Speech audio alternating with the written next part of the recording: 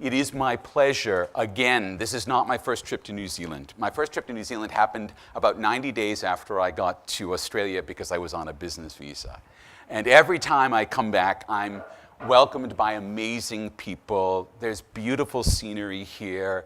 There's amazing food and wine. And I know you guys are very nonchalant about this, but I just wanted to thank you for the amazing hospitality I get every time I come to New Zealand. And I wanted to thank Mark and for 3 months for making this opportunity for me to be able to come over and talk to you folks today, and the Hotel de Brett, which has very generously given me accommodation, which, if you haven't seen it, from the first time I walked in there in 2008, it became my favorite hotel in the world. Okay, so let's get down to business. We are going to talk about something that has only just happened over the last half dozen years. It's completely unprecedented. No one predicted it. It's an infrastructure that has appeared everywhere in the world, and it has rolled out in the developed world faster than anything has ever rolled out anywhere. Yes, it's the smartphone. Now, if there had been a central planning body, maybe at the UN, to say, hey, let's roll out this technology worldwide, they would still be in meetings making it happen. Instead, what happened is it relied on individuals, it relied on self-interest, it relied on everyone in the world acting independently. And what's happened as a result of that is by 2020, 60 months from now, 80% of all of the human beings on planet Earth, I should say all of the adult human beings on planet Earth, will own a smartphone.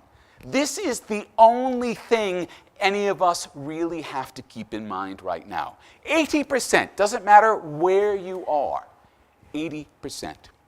And we tend to think about the cell phone towers and the backhaul infrastructure as the real things. But none of that would matter. It would all be pointless unless everyone were carrying this really small, really powerful computer around with them all of the time. And a recent study revealed a very embarrassing truth.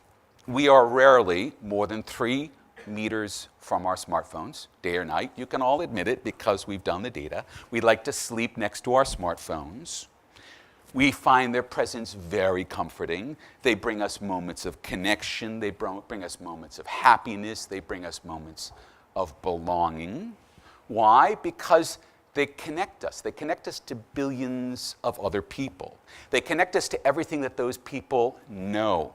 They connect us to what they've experienced. They connect us to everything that they want to share with us. And so now we've developed an almost instinctive need to reach for the smartphone when we have a question because we're reaching out to Google and to Wikipedia. And now, in 2015, we are no more than a few minutes, a few moments away from pretty much any answer. If we jumped in the Wayback Machine and went to 2005, that wouldn't have been true. And so when we look at these few decades around the turn of the third millennium, we're going to be amazed because it's as if we got to see fire invented in our own lifetimes. And for all of this, it's only just begun. Because all of that's just the foundation. It's the entree. It's the soil in which the new economy is about to grow. More of the planet now has access to mobile broadband than has access to mains electricity or running water. And so in less than 60 months, when almost everyone everywhere on Earth is carrying a smartphone, we will become the planet of the apps.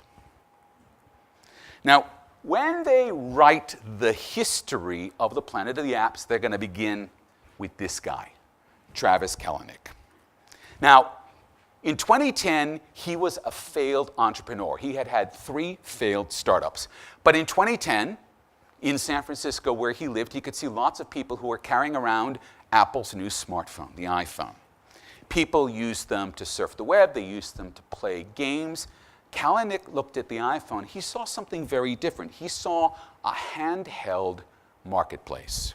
Now, we most of the time believe that a market is something that's a something that's located in a particular place and a particular time. Even when you're using Trade Me on a device, you still kind of think about it being a place, even though you might not know exactly where it lives. Although there are people from Trade Me here, so you actually do know exactly where it lives. Now, that habit in our head, it keeps us from seeing something that Kalanick recognized, which is that the market exists wherever people have the capacity to trade. Now, that used to mean a corner of the real world, and then the web came along, and you could now visit the market on a screen, on a connected device. You could trade any hour of the day, but of course, at that point, computers were anchored to a place because they were big and they were heavy and they were tethered. But the smartphone came along and it snapped the final chains that kept a market in a particular place and time. So markets now form every time an individual launches an app. The specifics are irrelevant, and that's why markets can now exist anywhere at any time. Markets have three participants. They have someone who's offering something to trade, they have someone who wants that thing, and then they have a middleman who's creating the conditions for that trade to take place. And on the planet of the apps, what happens is middlemen create markets by aggregation. They aggregate the suppliers for the product. They aggregate the customers for that product. Now, we were told 10 years ago that the web was eliminating middlemen. What we've found out on the planet of the apps is that we're now entering the new golden age for middlemen. Companies like Travis Kalanick's startup, Uber, has become the model for how middlemen thrive on the planet of the apps. So what happened? 5 years ago, Uber releases 2 smartphone apps. The first app aggregates suppliers, and it was peddled to limousine drivers in San Francisco. It tracks the location of the limousine in real time, uploads it to Uber's cloud. And the second app is the one you can download in the App Store, right here. That is the customer-facing app. So it shows you on a map all the limousines by location. It allows you to make a booking. And so that app aggregates the demand for transportation. You tap the smartphone screen and a car appears. And so as those requests come in from customers, they get passed along to nearby limousine drivers via their app. They offer limousine drivers a really easy way to fill their empty hours with work. That was the original hook behind Uber, because these limousine drivers had a lot of downtime.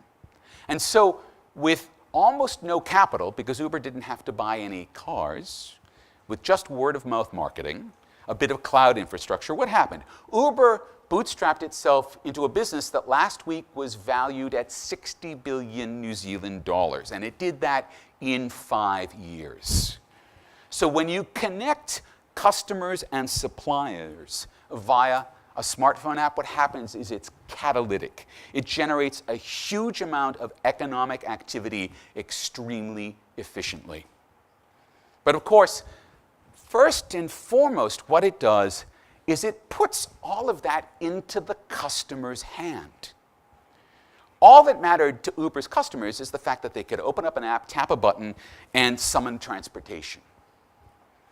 Now, the day that Uber launched, San Francisco's taxi cab companies could have taken a look at the app, they could have replicated the app, and they could have stolen all of Uber's customers. What did they do instead? They doubled down on their existing business models. And they didn't change anything until it was way too late. And now you have many taxi companies offering their own apps, but their business models haven't changed. Those businesses can't replicate Uber's cost structure or scalability, and because of that, they can't replicate Uber's success. Now, it might seem as though the profitable position in the planet of the apps is the middleman, aggregating supply and demand. But actually, that's just the beginning of the game. Because once you've connected customers and suppliers into a connected market, you can now have all sorts of other connected economic relationships. So what happened was within the first year of the operation of Uber, Uber's suppliers began to aggregate themselves. So you have individuals with limousine licenses leasing fleets of limousines and then subcontracting with drivers to do the driving for them. So you have this second level of aggregation happening economically. And so all of a sudden, just because you created the connected market, you start to see all of these ecosystem effects start to bubble through. Now, Uber's been very successful, but it hasn't built huge barriers to entry to its market. It's technically very easy to develop an app. I'm sure Mark could turn out an app in an hour that would connect a pool of drivers to a pool of customers. The major costs for a business like this come from customer acquisition and driver acquisition. And because of that, by 2012, Uber had its first real competitor in Lyft. Has Lyft come to New Zealand yet? No.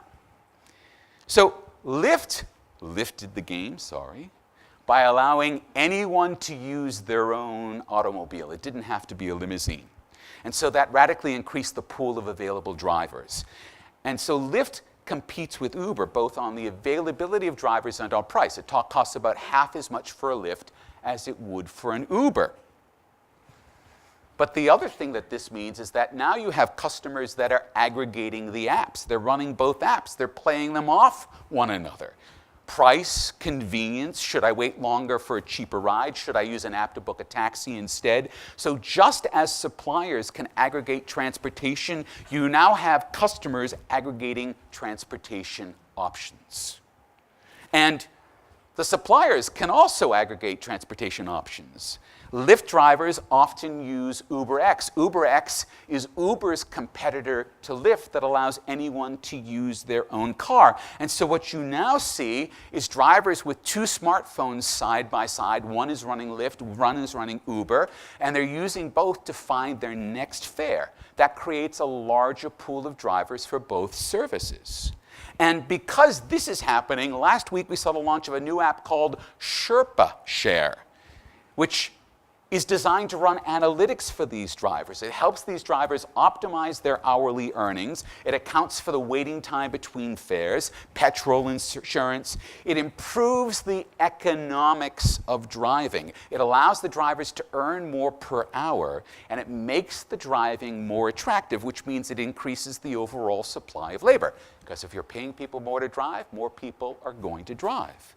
And so, as you can see from these examples, as they're sort of building on one another, the connected marketplace is just the first floor. Once a marketplace has been connected, everyone in that market gets to find new opportunities to optimize their capacity to earn in that marketplace. And this is the real reason that we are diving headlong into the planet of the apps, because the transformations of a connected marketplace are profound and pervasive and permanent. Now, before we move on, because we've got a lot more to cover here, I want to come back and reflect on something that is so essential, it's so obvious that we actually tend to overlook it. When a business moves from somewhere out there to the palm of someone's hand, the capacities of that business changes. The relationships that are possible for that business changes. The way that business organizes itself changes. And those changes fundamentally disrupt all aspects of the market that business is operating in. So every business needs to have a really good, long look at itself and think about what it means when the smartphone is the primary connection, not just for its customers, but for its vendors. Because that's the world that we're actually on the threshold of. It's a world that very few businesses are preparing for. Uber has been crushing taxi companies around the world because they have been fighting that change in their business relationships. Taxi companies wanted a world that was going to continue on just as it always had. And so they created the conditions that allowed Uber to flourish. Now, if they had embraced connected markets, instead of fighting them, what would happen? Taxi companies would be heralding a new era of profitability. Instead, they're heading down the gurgler. And let's hope that they are the only industry that makes that mistake. Now, on the planet of the apps, every element of the economy transforms. This isn't just a story about new markets opening up. Everything changes, including, very significantly, how we pay for things. Money is, although we tend not to think of it as such, probably the single most important human technology. The ability to store value made it possible to trade across space and time, just like the smartphone does. Now, over the last 40 years, we've seen an explosion of payment systems, particularly in the developed world, almost all of which center on the credit card. And those payment systems made e-commerce possible. Imagine trying to buy something online if you didn't have a credit card. It would be nearly impossible. Now, we've seen competitive payment systems. We've seen the PayPals and the Stripes and the Squares come along and try to remove some of the frictions around the edges associated with credit cards. But they still keep the payment system located somewhere out there in the magical, hopefully secure finance cloud. But that is not actually how we use money in the real world. We carry cash with us in our wallet. We hand it over when we buy something because it's quick, it's easy, it's local. You don't need to authorize a cash transaction before you can take your purchases away. And our smartphones may be very smart, but we cannot use them like this. Even the best-of-breed Apple Pay, all it is an easy interface to your credit cards. So we have these really incredibly well-developed payment systems, but we still can't pay with a mobile.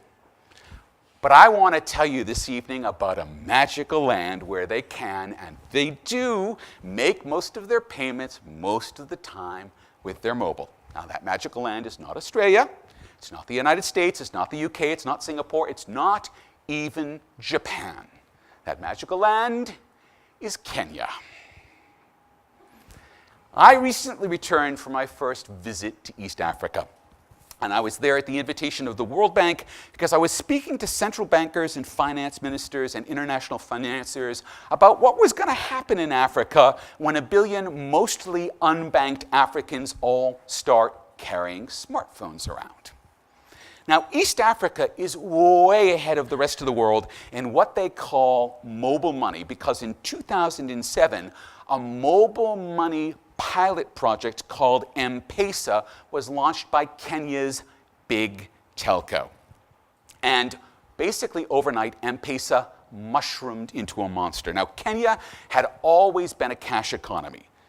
Most Kenyans don't have a bank account. Money moves from hand to hand. M-Pesa allowed individuals to transfer cash simply by sending a text message. And suddenly, a transfer of Kenyan shillings from Nairobi to a village where the family lived took seconds rather than hours. Kenyans moved cash from mobile to mobile, and they did this using good, old-fashioned, reliable, and extremely cheap SMS. No smartphones were needed. You can use a cheap Nokia 1100. It will work fine for M-Pesa. And because of that, M-Pesa very quickly replaced cash in all sorts of transactions.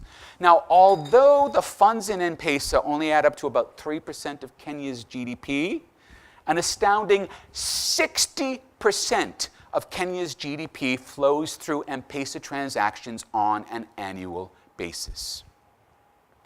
So M-Pesa added this insane velocity to Kenya's economy. Make it easy to move money through an economy, and that money passes through many more hands. And so Kenya, along with the rest of East Africa, which is now getting mobile money, is seeing some of the highest economic growth rates in the world, and a lot of that growth is coming from the transition to mobile money. Mobile money is a platform. It's a platform for products and services that wouldn't be profitable in a cash economy. And one of the companies that I saw that's building on M-Pesa is a company called M-Kopa. Now, most Kenyans don't live near the electricity grid. So M-KOPA sells Kenyans a package that includes a photovoltaic panel and LED lighting and some charging cables for the family mobile. And all of that costs the family about $200, and it's paid off at about 50 cents a day using M-Pesa. That kind of transaction, that kind of small volume, would not be possible without pervasive mobile money. And so mobile money is now creating an ecosystem to support sophisticated financial services, such as buying products on time. It was designed originally as a platform to support peer-to-peer payments. It was never designed to really handle merchant payments. And so someone walking into a corner store in Nairobi, they can't really use M-Pesa to pay for a can of Coke. Or they couldn't until another startup, KopoKopo, decided it wanted to provide those merchant services. And so it's developed middleware for M-Pesa that allows even the smallest traders to accept M-Pesa payments. Now, those transactions all used to be cash only. KopoKopo provides the means for customers to rock up to a store and pay via mobile money. That's great. What's better is that KopoKopo now provides detailed accounting and analytics for those small businesses because mobile money generates an audit trail. And so KopoKopo uses that audit trail to visualize the details of a business's trading activity, their cash flow, what their projected needs are going to be. And once KopoKopo has all of that information in hand, it runs its own analytics on it and pre-qualifies those businesses for loans at Kenya's banks. Kenya's banks have never been big on funding small to medium enterprises. And this is something that the central bankers and the finance ministers are always pointing at as one of the main things that's holding the economy back, because small businesses cannot get access to the kinds of growth capital they need. Or rather, they couldn't before KopoKopo, which uses that data stream created by mobile money to connect small businesses to capital. Now, when I came back to Australia and I told my banker friends about KopoKopo, they had the same reaction, which is, wow, we can't even do that here. We have all of these great, really sophisticated payment systems, but they've done very little to integrate banking and small business services. Well, on the planet of the apps, money is just another app. East Africa got there 8 years ago. It's transforming every aspect of their economy. Here, we're a bit stuck in the past as Africa is racing past us. But we are starting to see some flashes of the future in the emergence of digital currencies. Most of you have heard of Bitcoin. That's the first digital currency. Digital currencies are the data equivalent of cash. They don't need to be stored in a bank. They don't need to be authorized by a bank. Digital currencies are as authentic and as valuable as bank notes or coins. They're also as risky because if you lose the data, you've lost the money. Bitcoin was launched in 2008, and that is the same year that Apple took the iPhone global with the iPhone 3. And that's a particularly nice bit of timing because before smartphones, there was no need for a digital currency because there was no way to carry a digital currency around with you like you would carry cash in a wallet. But the smartphone, well, the smartphone provides a great place to store digital currency. And the apps on the smartphone provide places that you can spend or earn digital currency. Smartphones and digital currencies were made for one another. And once you have digital currencies on a smartphone, apps suddenly develop a real need to talk to other apps. The planet of the apps is not destined to remain a whole series of little walled gardens with each app just doing its own thing and not interacting with any of its neighbors. Digital currencies push the smartphone toward an ecology of apps that are busy trading with one another. Now, that digital currency doesn't need to be something as exotic as Bitcoin. IBM has very recently announced that it's doing some work in progress with the US Federal Reserve to create a US dollar-denominated digital currency. And while Bitcoin has a role to play in on the planet of the apps, most national currencies will be reborn as digital currencies over the next several years. This is an area where New Zealand could leapfrog other nations, particularly other nations in this corner of Asia, by leading the way into a digital currency version of the New Zealand dollar. A digital New Zealand dollar would be the spark that launches 1,000 apps. We'd see apps talking to other apps. We'd see apps analyzing the flow of digital currency through a smartphone and then through to a business and feed that information back to the business owner to improve their business. Once we get digital currency on our smartphones, we can start to build value chains. We can connect app to app to app. And we can do that to build things beyond anything we've yet imagined. Everything that produced an explosive transformation and innovation in East Africa is available today to New Zealand. We need to reinvent money because money is the universal language on the planet of the apps. Okay, let's recap a little bit. Within about 60 months, the vast majority of adults will be sharing a common platform for trading. Smartphone is going to bring markets to everyone, everywhere. And as we head into the middle of the 21st century, the smartphone is sitting at the center of all business relationships. And the smartphone creates new kinds of business relationships. Uber wrote apps to aggregate customers and drivers and created a new kind of marketplace which built into a massive business. And when a market connects, what happens? It responds with a huge uptick in innovation. Suppliers find new ways to connect with one another. Customers find new ways to connect to businesses. New businesses come to market with their own apps, targeted to the needs generated by connected customers and connected suppliers. Connected marketplaces grow into ecosystems of opportunities. Now, to create a connected marketplace, you have to begin with an exploration of what the business means for its customers. What does it mean when that business is now continuously available as a service on the smartphone? What does that mean for vendors? What kinds of relationships can that business create or can it support? And what kinds of new business capacities can the business offer or connect to others to offer? The answers to those questions are going to be as unique as the business asking them.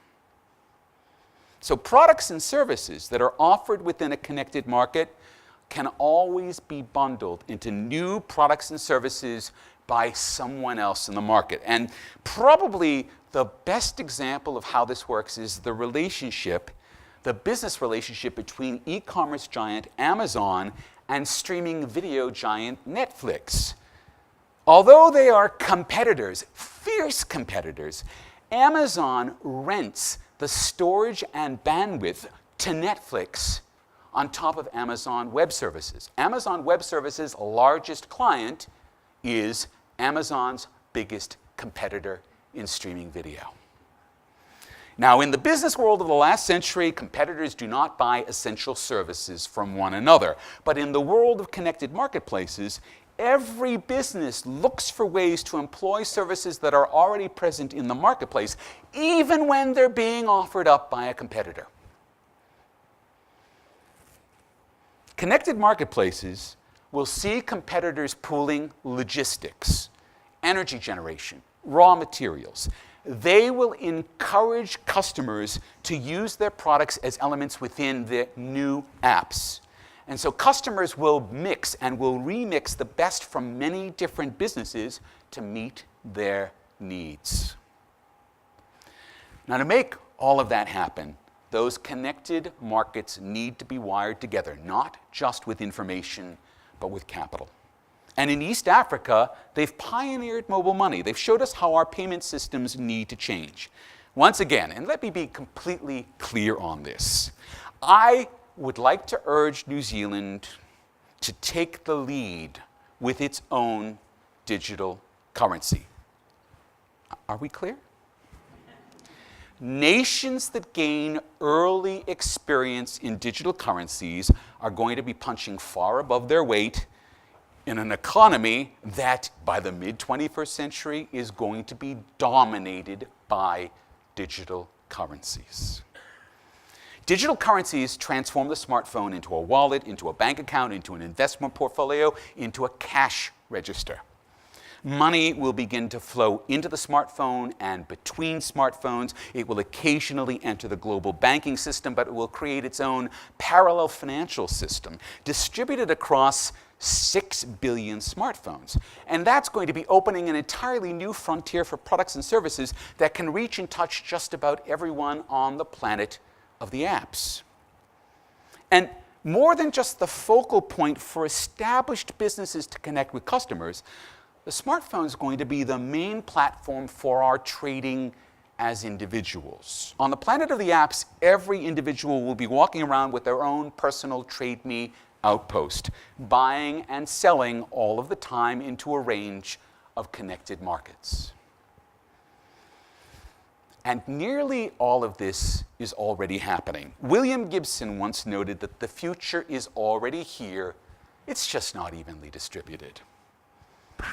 Some of our future on the planet of the apps is unfolding in East Africa. Some of it is happening in North America. Some of it's happening right here in New Zealand. Okay, I want to close with another story that, since I learned it 3 months ago, has been continuously blowing my mind. Now, I was at a reception at that conference for the World Bank, and I spent a lot of time talking to a gentleman who runs Mumbai's stock exchange. And I asked him about mobile money because I'd already seen a lot of it in East Africa. I knew there had been attempts to bring mobile money to South Asia.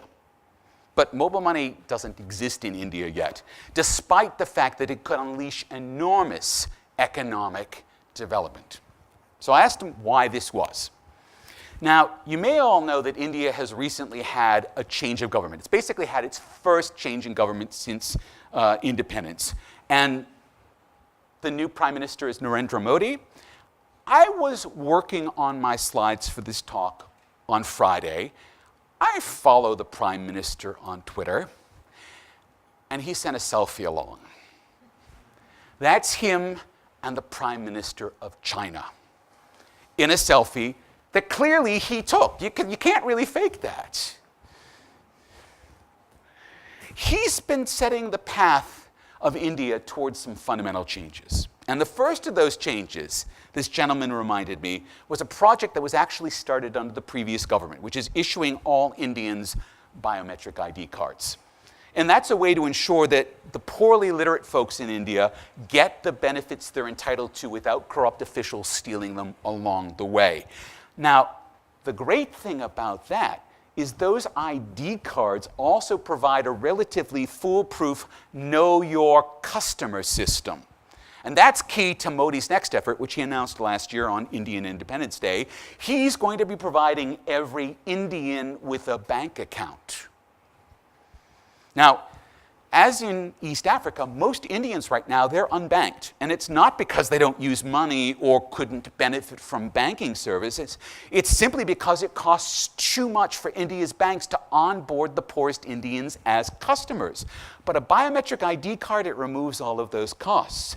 And it clears the path to 1 billion new customers. So, once the Indians have their biometric ID cards and their bank accounts, then, this gentleman indicated, the stage would be set for India to license its telecoms and financial services providers to offer mobile money. And so I said, okay, how long is that going to take? And he considered, he said, within the first term as prime minister, probably within the next 3 years. So sometime before the Indians go back to the polls in 2019, we're going to see 1 billion people join the global banking system en masse, and they're all going to be fully equipped with mobile money products and services. Everything that happened in Kenya over the last 8 years is going to happen in India a whole lot faster, because there's going to be the presence of 1 billion newly connected Indians transforming finance. Okay, we can see this coming. We even know roughly when it's going to happen. Since we know the time and the place, we can prepare to take advantage of the business opportunities that will be opening up tomorrow. And those opportunities, they haven't gone unnoticed. One of my friends in Sydney is now spending half of his time in Mumbai because he's working with one of India's gigantic family conglomerates, which suddenly decided it wanted to be a player in telecoms. Why? Because telecoms and financial services are about to become two sides of one coin in India. And 2 weeks ago, what happened? We saw Chinese e-commerce giant Alibaba. We should actually say global e-commerce giant because they're way bigger than Amazon. We saw them make a $1 billion investment in India's #2 smartphone company, Micromax. Why? Because that is a real estate play on the planet of the apps. Alibaba wants to ensure that its markets that the smartphones are coming pre-installed with apps that lead directly to its markets and to its increasing range of financial services. So the players are already lining up. There's a sense that India is about to leapfrog the rest of the planet into a connected economy. New Zealand, as a trading nation, can put itself in pole position to take advantage of this once-in-a-civilization transformation in South Asia. New Zealand can lead the way. It can create the products and services Indians will need. Connected markets can be pioneered here, they can be debugged here, they can be refined here, and then sold overseas, growing into massive connected market ecosystems around the world. The talent to seize that opportunity is here in this room today. And on the planet of the apps, that opportunity is in the palm of your hand. Thank you.